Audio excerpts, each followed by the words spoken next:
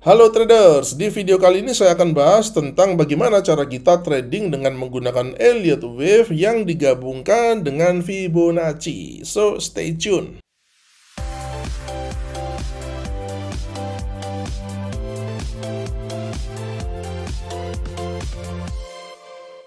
Satu hal sebelum kita belajar ya teman-teman, ini penting buat mindset kita bahwa jangan menganggap topik tentang Elliott Wave itu sebagai topik yang susah atau sulit ya teman-teman.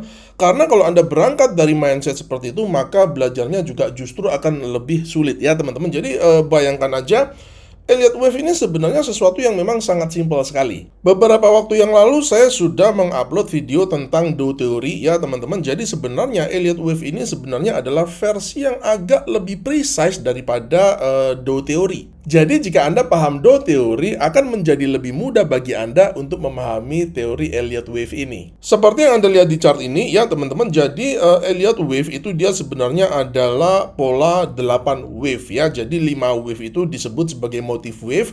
Jadi motif wave ini yang kalau Anda lihat ini ya teman-teman, itu yang diberi angka 1, 2, 3, 4, 5 itu disebut dengan motif wave. Sedangkan yang corrective wave itu diberi tandanya itu huruf ya teman-teman. Jadi A, B, dan C. Jadi sangat gampang sekali untuk membedakannya. Yang Anda lihat ini adalah pola Elliott Wave dalam struktur market yang bullish. Trennya lagi bullish ya teman-teman. Jadi kalau nanti dalam konteks trend bearish itu logikanya tinggal dibalik aja. Salah satu hal yang menjadi kesulitan bagi banyak trader dalam menggunakan Elliott Wave ini adalah mereka kesulitan untuk memberikan projection ya teman-teman. Jadi nanti wave satunya itu di mana, wave 2-nya di mana, dan seterusnya, wave 3-nya, wave 4-nya di mana, koreksi ABC-nya itu di mana, dan seperti apa. Nah, itu biasanya kesulitannya di situ ya teman-teman. Dan untuk mempermudah hal itu, maka kita juga menggunakan Fibonacci retracement dan juga Fibonacci extension. Kemudian yang penting juga adalah pada motif wave ini ada 5 wave ya teman-teman. Wave yang pertama, ketiga, dan kelima itu disebut dengan impulsive wave ya, artinya dia jalannya itu searah dengan tren ya teman-teman.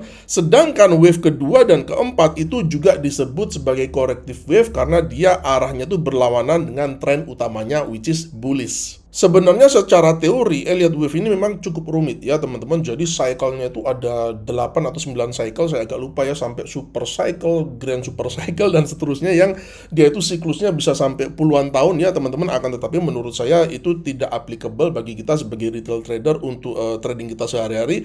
Jadi saya rasa itu tidak terlalu penting juga untuk dibahas ya teman-teman, karena video saya ini lebih ke aplikasi praktisnya. Jadi gampang sekali, nggak usah khawatir.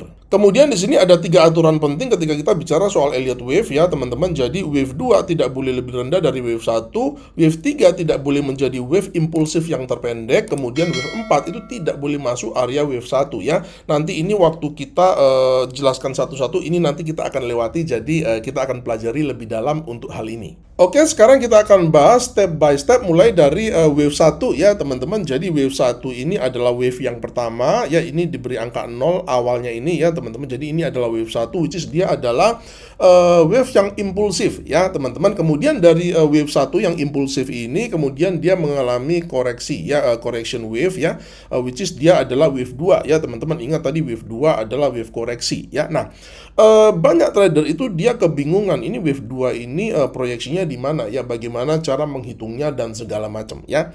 Nah, oleh karena itu kita pakai bantuan Fibonacci retracement ya teman-teman. Jadi kalau koreksi itu pakai retracement ya teman-teman. Nanti kalau extensionnya untuk menghitung wave 3 dan 5-nya itu kita bisa menggunakan Fibonacci extension ya.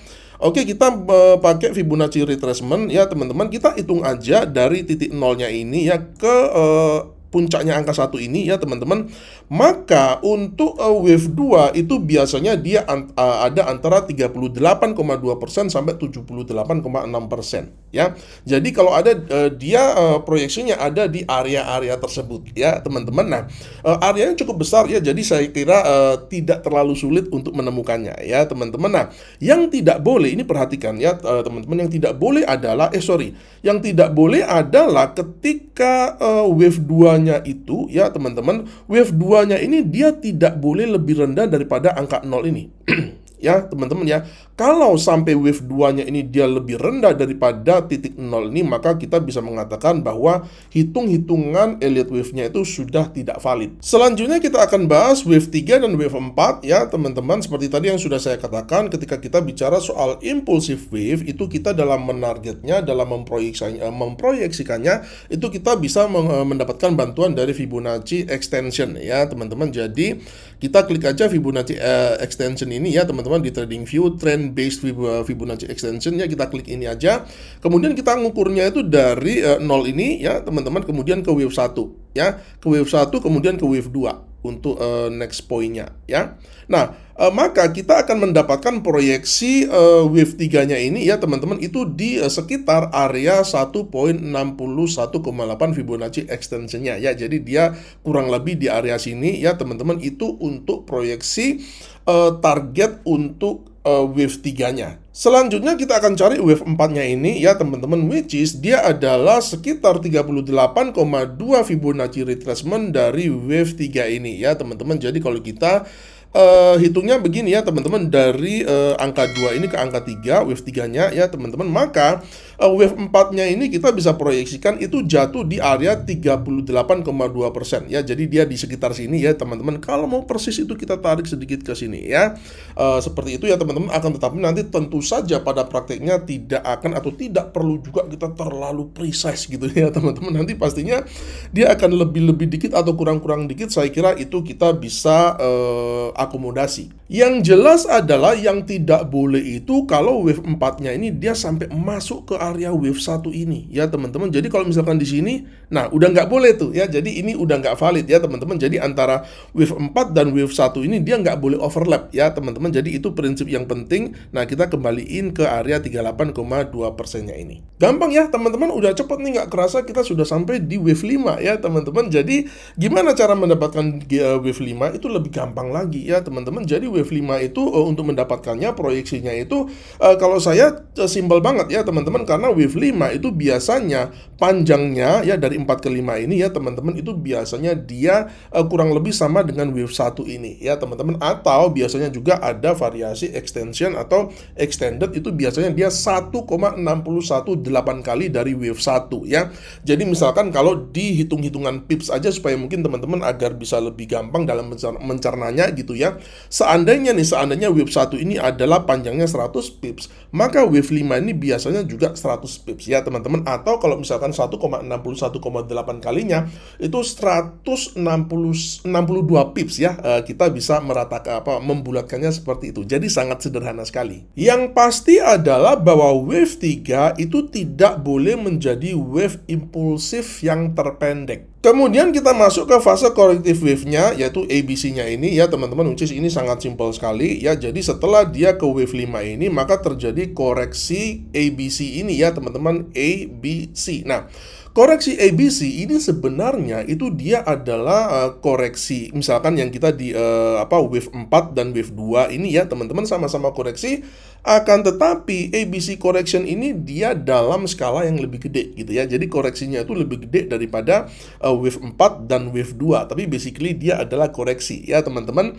Jadi biasanya ABC ini untuk wave A-nya ini ukurannya itu sama dengan wave C-nya ya teman-teman, pada umumnya begitu. Sedangkan wave B ini termasuk yang biasanya yaitu yang paling pendek, which is dia itu antara 38% Fibonacci retracement ya. Jadi kalau misalkan kita pakai Fibonacci retracement juga ya teman-teman, jadi wave B-nya ini nah ya, jadi dia itu dia di antara 38 di sini sampai 78,6% ya teman-teman. Jadi di area-area sini itu kita bisa memproyeksikan untuk wave B-nya. Jadi ini sangat mudah sekali ya teman-teman. Jadi bagaimana kita melihat bahwa menggabungkan antara Elliott wave dengan Fibonacci ini sangat amat mempermudah kita untuk memproyeksi di mana nih wave satunya di mana, wave 3-nya di mana, ABC-nya juga di mana, lengkap ya teman-teman, sangat mudah sekali. Lalu ini gimana tradingnya? Setelah koreksi ABC ini apa yang terjadi? Ya di mana kita entry-nya itu di mana ya?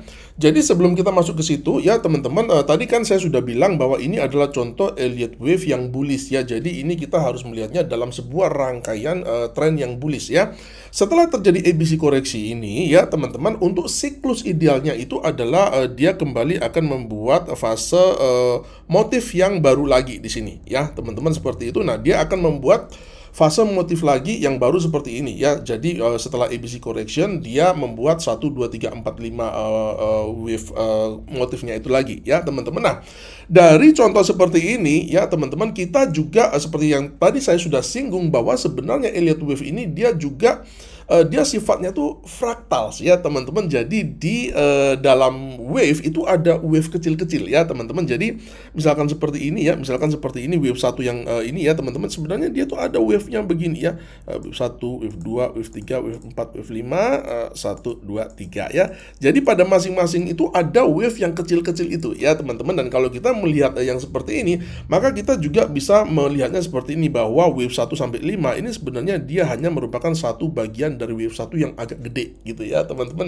Mudah-mudahan bisa memahami ya. Dan kemudian wave dari 5 ke ABC correctionnya ini dia bisa dianggap sebagai wave 2-nya ya. Dan seperti itu seterusnya ya, karena sekali lagi Elliott Wave ini sifatnya fractals ya. Jadi pattern within pattern. Hal ini saya harap tidak terlalu membingungkan Anda ya teman-teman, karena Elliott Wave ini Anda pakai aja di satu time frame ya. Time frame apa yang biasa Anda gunakan, nah itu pakai aja di time frame yang itu. Sekarang kita masuk ke cara tradingnya ya teman-teman. Jadi kita tahu dulu bahwa ini adalah postur Elliott Wave yang bullish ya. Jadi kita hanya mau open posisi buy nih ya teman-teman, seperti itu. Nah, ada berbagai macam tipe trader ya. Ada trader yang dia itu sifatnya spekulatif, agresif gitu ya teman-teman. Tapi ada juga tipe trader yang agak slow, yang konservatif ya. Nah, saya akan membedah keduanya ya teman-teman. Jadi begini, sekali lagi kita hanya mau cari open posisi buy ya.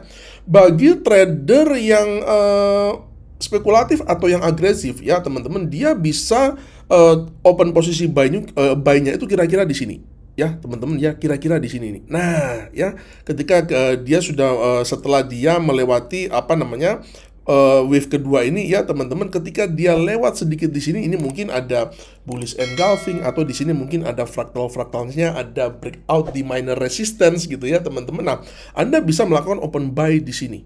Ya, ini sekali lagi bagi trader yang agresif atau yang spekulatif ya teman-teman. Nah, Anda juga bisa melakukannya di sini juga sama. Prinsipnya sama di wave 4-nya ini ya teman-teman. Jadi ketika wave 4-nya ini mantul, nah lalu di sini misalkan seperti tadi yang sudah saya katakan, ada misalkan breakout di resistance minor atau dan lain sebagainya ya, atau di sini ada bullish engulfing dan pola-pola yang bullish ya teman-teman. Nah, itu bagi trader yang spekulatif atau yang agresif itu dia bisa melakukan open posisi di sini ya. Jadi pada wave 2 dan pada wave 4 ya teman-teman. Nah, lalu kemudian bagaimana dengan trader yang agak konservatif? Nah, itu dia biasanya itu dia akan menunggu koreksi ABC-nya ini selesai dulu. Jadi dia akan buy-nya itu di sini ya teman-teman, kira-kira di area ini nih. Nah, kira-kira di area ini ya teman-teman. Kira-kira di area setelah ABC koreksinya ini selesai, disinilah dia open posisi buy-nya. Lalu Pak Setio, apakah sama sekali tidak boleh open sell kalau postur Elliott Wave-nya ini adalah bullish? Ya, sebenarnya tidak ada yang tidak boleh ya teman-teman. Jadi memang ada banyak juga orang yang misalkan ini adalah sebuah postur Elliott Wave di TF Daily yang agak gede gitu ya teman-teman. Maka beberapa orang itu mereka biasanya sell pada wave yang kelima ini untuk mengharapkan turunnya koreksi ABC ini ya teman-teman. Jadi misalkan biasanya itu begini ya, biasanya wave 5 itu yang paling banyak terjadi, yang paling banyak digunakan orang. Wave 5 ini dia bentuknya itu ending diagonal ya. Jadi rising wedge begitu ya teman-teman. Rising wedge begini ya. Jadi bentuknya tuh rising wedge begini ya teman-teman, seperti itu. Jadi ketika pola rising wedge yang ada di dalam wave 5 ini, ending diagonal ini ya teman-teman, dia pecah ke bawah, maka itu sebagian orang memanfaatkan pergerakan itu untuk memanfaatkan pergerakan pergerakan koreksi ABC ini untuk mendapatkan cuan dari koreksinya. Tapi saya kira itu Kembali ke kita masing-masing aja ya. Kalau Anda memang tipe yang agresif, Anda memang mau jual, mau sell di sini, ambil koreksinya, saya kira itu fine-fine aja. Selanjutnya ini adalah contohnya di chart EUR/JPY di time frame H1 ya teman-teman, tapi Elliott Wave ini Anda bisa pakai di semua time frame ya. Kita melihat di sini ya teman-teman, ada wave 1, 2, 3, 4, 5, kemudian ABC correction-nya ya. Dan kita bisa ambil buy ketika dia ada di C wave-nya ini ya, atau wave C-nya ini ya teman-teman. Dan kalau kita buy di sini, itu kita melihat kita ada profit hampir 900 pips ya teman-teman. Dan yang tidak kalah penting juga di sini saya menggambar level support atau level demand yang garis horizontal hijau kecil ini ya teman-teman. Artinya apa? Artinya adalah penting juga bagi kita untuk mengetahui apakah ada confluence atau tidak pada wave C-nya ini, pada support-support atau resistance-resistance di level-level historis sebelumnya ya. Kalau ada, maka itu lebih bagus ya, semakin banyak confluence itu maka lebih bagus lagi. Semoga video ini bermanfaat, dan jika memang bermanfaat silakan Anda bisa like, share, dan jangan lupa share video ini ke teman-teman, grup-grup trading, dan juga media-media sosial Anda. Sampai jumpa di video edukasi saya yang selanjutnya, dan salam cuan.